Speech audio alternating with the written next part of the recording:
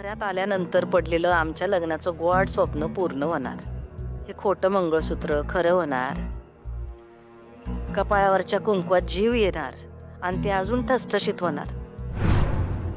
हे नातं जोडण्यासाठी आम्ही आमचा स्वाभिमान पणाला लावलाय. तुटणारं एक नातं जोडायला तयार झालोय आम्ही. आमचं नातं जुळलं का त्या नात्याचं काय करायचं ते बघू, पण आधी हे नातं तर जुळू दे. भुवनेश्वरी चारुहास सूर्यवंशी. ओ, इकडे तिकडे कुठे बघताय? इकडे बघा आरशात.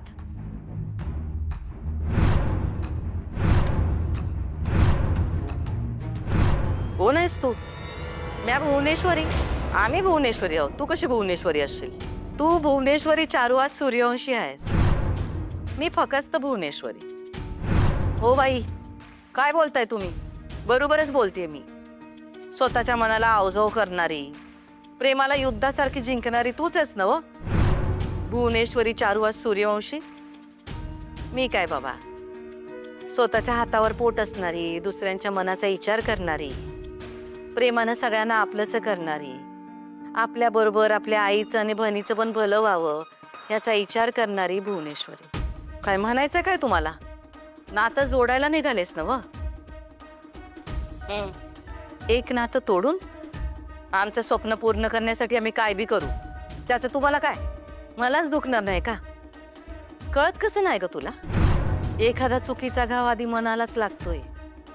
तू विसरली असशील तुला मन आहे ते, पण मी हाय ग अजून. तुझ्या आत कुठंतरी जिवंत आहे आणि त्याचीच जाणीव करून द्यायला आले मी. आम्हाला मन आहे म्हणून तर आम्ही नातं जुळवतो की. एकदा त्याच मनाला विचार की, मन आहे म्हणून नातं जोडतेस की मनाला इजा झाल्यात म्हणून नातं जोडतेस? घरी आलेल्या बाईची आई झालीस, मालकाच्या प्रेमात पडलीस, मुलाने स्वीकारलं पण बापाने झिडकारलं म्हणून स्वाभिमानापायी नातं जोडतेस का प्रेमापोटी नातं जोडतेस? हे जरा एकदा स्वतःच्या मनाला विचार. काय आता फक्त लग्न करायचं एवढाच विचार करणार आम्ही. कर, लग्न कर, संसार कर, माझी ना नाहीच. फक्त एक गोष्ट ध्यानात ठेव, लग्न दोन मनांना जोडतंय. तुझ्या मनात आहे ग लग्न करायचं, पण मोठ्या मालकांचं काय? त्यांच्या मनात आहे म्हणून तर त्यांनी आम्हाला लग्नाची मागणी घातली ना व? त्यांच्या मनात लग्न आहे, मग सोनबाईंना घरला परत आणा अशी अट का घातली त्यांनी?